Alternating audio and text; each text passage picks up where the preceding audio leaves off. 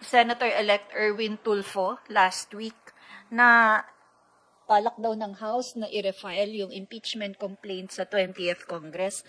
Is that being considered? Napag-usapan po ba ng PROSEC? And is that even possible? Wala pong ganun. Wala po kami na pag-uusapang ganun. Because kung ganun po ang mangyayari, magkakaroon po ng bar. Meron po tayong tinatawag na one-year bar. O bawal po within 1 year, dapat isang impeachment complaint lang ang ifa-file. Sir, napapag-usapan din po ba ng prosecution yung compliance with the second directive of the impeachment court, yung for the 20th Congress, to submit a certification?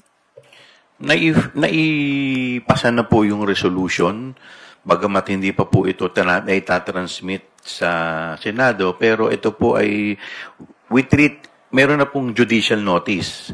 So, kumbaga, ano na po to? FYI na sa Senado.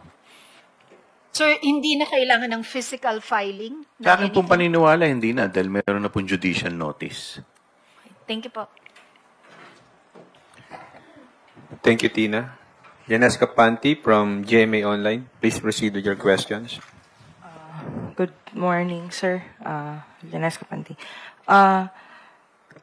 Yung si Vice President po kasi categorically said over the weekend that she will reply dun sa Ombudsman's order, but she hasn't made the same categorical statement in replying dun sa writ of summons issued by the Senate Impeachment Court. Do you see, how do you interpret this inconsistency on her part?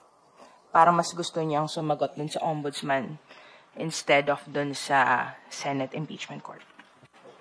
Well, mahirap naman pong mag-speculate sa kung ano ang gusto ng ating Vice Presidente. Anyway, siya po ay nirepresenta na ng pool of lawyers na mahuhusay. So, tignan po natin kung ano ang kanilang magiging strategy.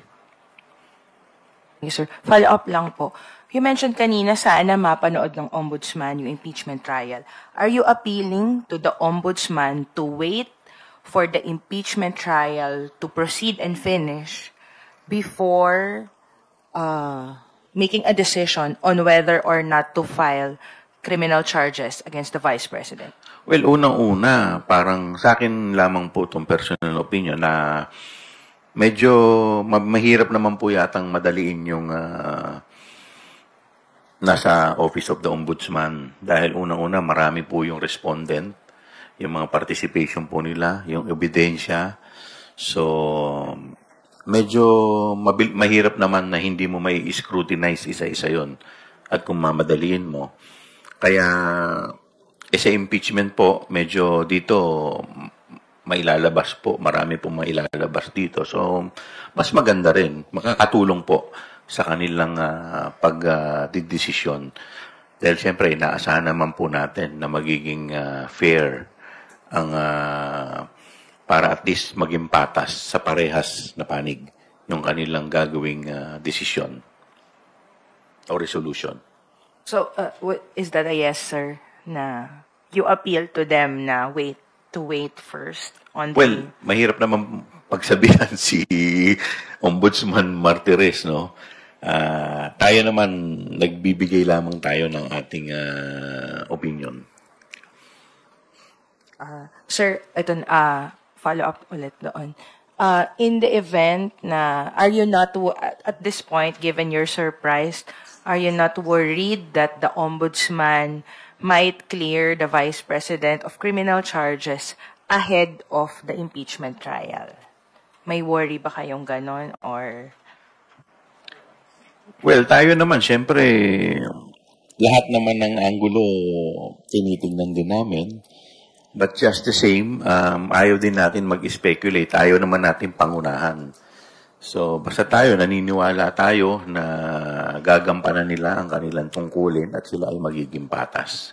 Dahil hindi lamang po tayo ang may interest dito. Ito po ay inaantay ng taong bayan. At yung taong bayan po ang pinaka nakatutok dito. Thank you, sir. That's all on my part. Thank you. Thank you, Lanesca. Earl Tobias from IBC 13. Sir, good morning. Follow-up lang din po sa question na yon kasi incoming House Impeachment Prosecutor Congresswoman De Lima said na kung ibabasura nga ng ombudsman yung reklamo, maaaring gamitin ng kampo ni VP Sara Duterte yung kaso para pahinain yung kaso ng prosecution. May bearing po ba yung ganong worry as of now? Yung dalawa po kasing, yung kaso po na nasa ombudsman, ito po ay dalawang article lamang sa 7 articles ng impeachment. So marami pa rin naman mga pwedeng maging basis. Pangalawa, yung weight of evidence ay magkaiba po. Dahil sa criminal, ang ipoprove mo dyan is guilt beyond reasonable doubt. Medyo mas mabigat po. Unlike dito po, sa impeachment, ang tinatry po kasi dito is yung conduct ng public official while in office. So, medyo magkaiba po yung dalawang yon. So, ako naniniwala na bagamat marami ang nag-worry, pero kung makikita lamang ng ating kagalang-galang na ombudsman, ang ebidensya dito po ay baka magbago po ang kanilang isip.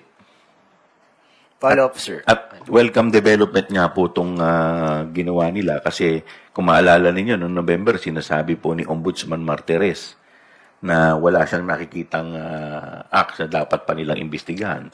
Ngayon, sa committee report pa lamang, wala pang naka-attach na ebidensya, binigyan na nila agad ng pansin. At mabilis. Sir, on that other side of the matter lang din, sabi nyo nga po, mahirap naman na pangunahan yung ombudsman with their process. If at any case, the ombudsman find enough evidence and file before the Sandigan Bayan cases versus BP Sara Duterte na halos kasabay ng impeachment trial, would that now strengthen the cases and the articles of impeachment to be presented by the prosecution team? Well, kung ifa-file, edi mas lalong mabigat yun dahil sabi ko nga, mas mabigat ang hinihingi ng criminal case dahil guilt beyond reasonable doubt to. So kung makikita nila na may probable cause, so ibig sabihin, mas mabigat. Last na lang, sir. For the record, nabanggit na rin po ito sa mga committee hearings natin during the OVP and DepEd confidential funds. Pero bakit po nire-recommenda ng committee ang kasong plunder versus BP Sara Duterte? Because the amount involved, 612.5 million. So sa plunder kasi 50 million lang, pwede ka nang masampahan ng plunder. This is way beyond the threshold. Thank you, Earl. Alan Gatus from GMA DCWB.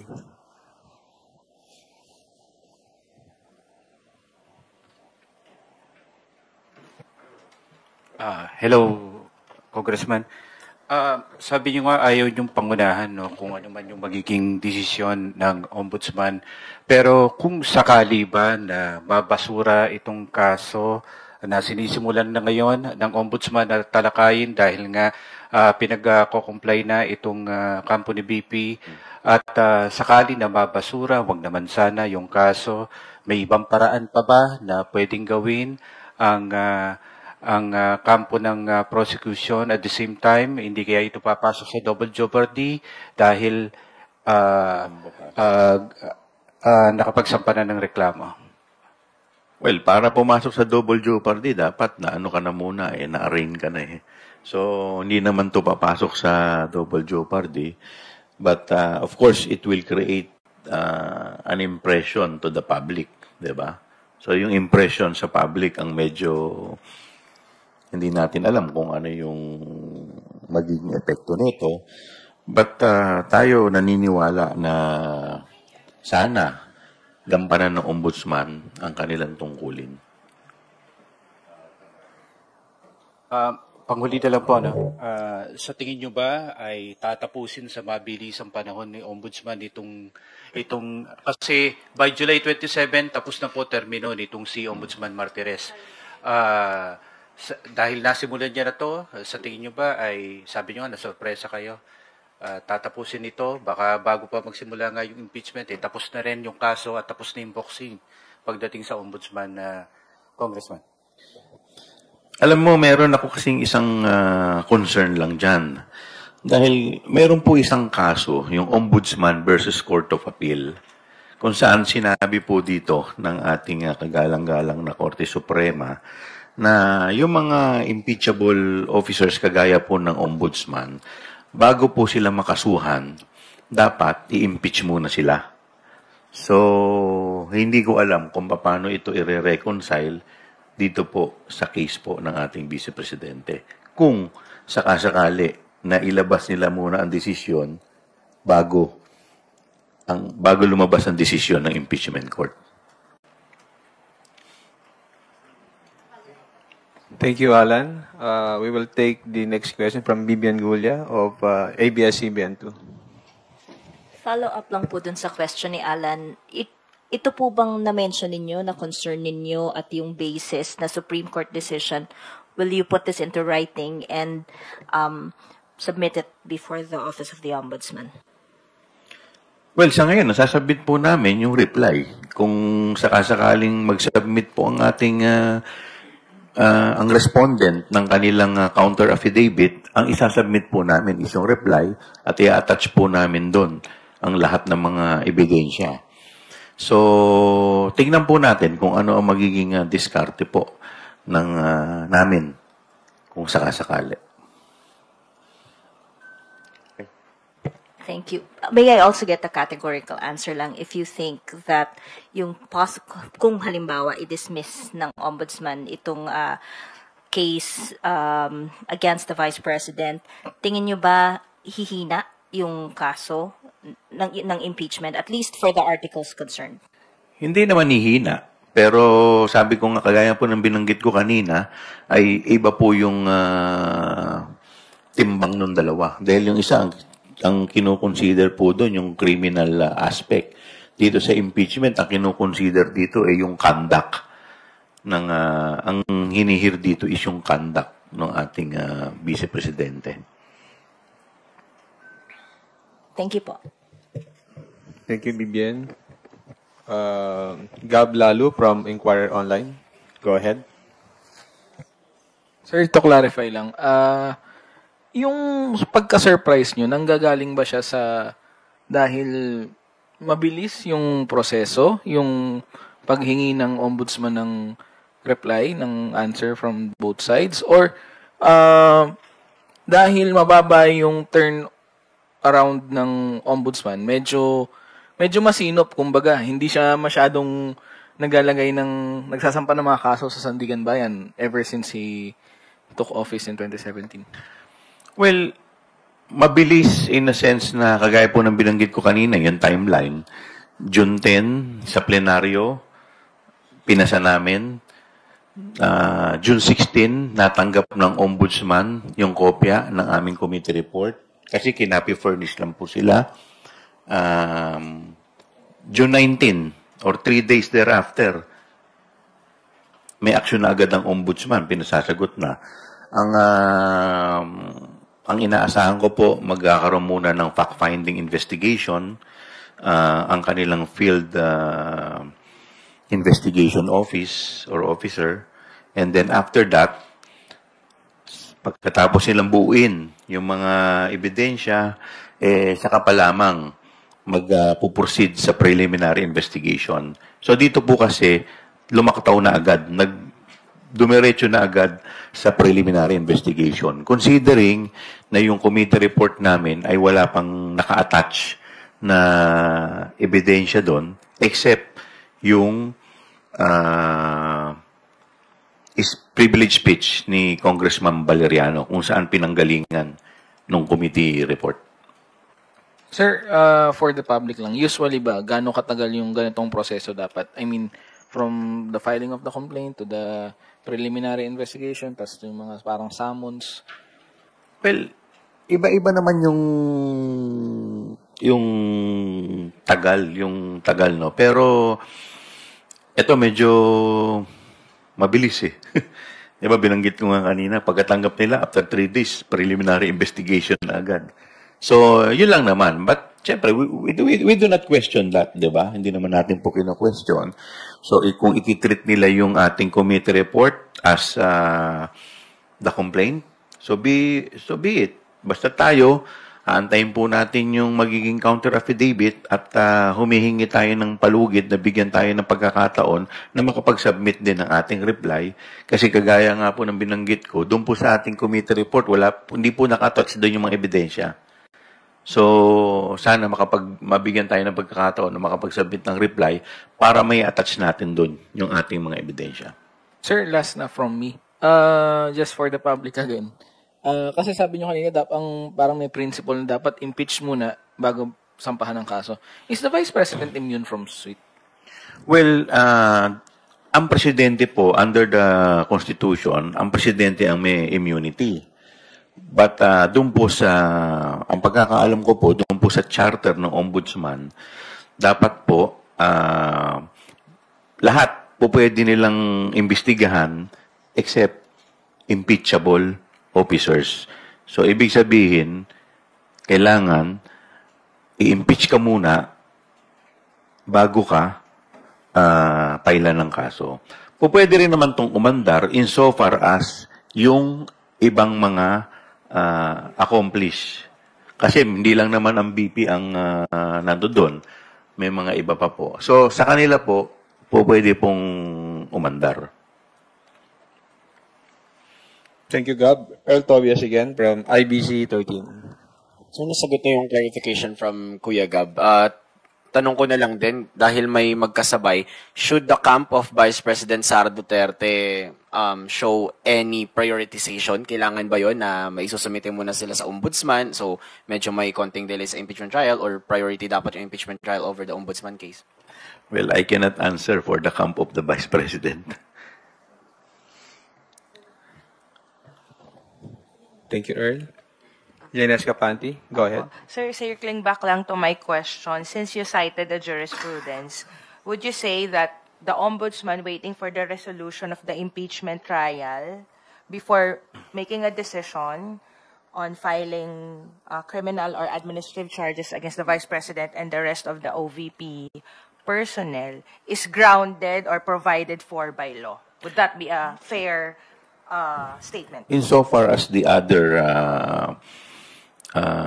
respondents, except for the Vice President, pwede naman pong umabante. But dun po sa Vice President, hindi pa muna siya, unless and until lumabas yung resulta ng impeachment, that's the only time na po pwede siyang makasuhan. Otherwise, like for example, sa kaso po ng dating Chief Justice, po pwede naman dapat, di parehas na sinabay yun. Diba? So, ganoon din sa ibang mga naging impeachable officials except the President. So, kaya nga po naglalagay ng impeachment proceeding eh. So, ito muna. Diba? Yes, sir. Go ahead, Mela. Sir, sorry, isa lang pahabol. Ano pong masasabi nyo na kung saan-saan pumupunta ngayon si VP Sara? Ngayon, nasa Australia siya. Recently, pumunta siyang Malaysia, Middle East, and of course, the Netherlands. Ano pong masasabi nyo lang dito? Amid all this happenings. Happy trip.